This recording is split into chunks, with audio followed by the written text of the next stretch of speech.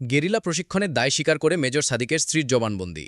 আওয়ামী লীগের নেতাকর্মীদের গেরিলা প্রশিক্ষণের ঘটনায় ভাটারা থানার মামলায় মেজর সাদিকের স্ত্রী সুমাইয়া জাফরিন আদালতে দায় স্বীকার করে জবানবন্দি দিয়েছেন।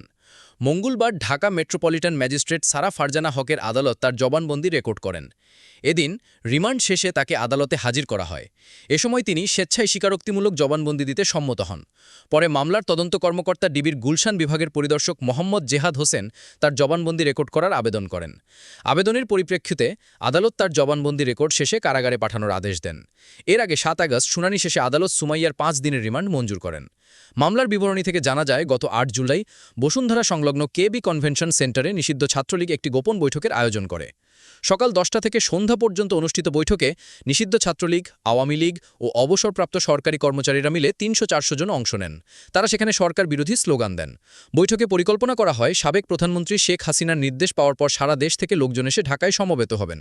তারা ঢাকার শাহবাগ মোড় দখল করে দেশে অস্থিতিশীল পরিস্থিতি এবং জনগণের মধ্যে আতঙ্ক সৃষ্টি করে দেশে শেখ হাসিনার প্রত্যাবর্তন নিশ্চিত করবেন।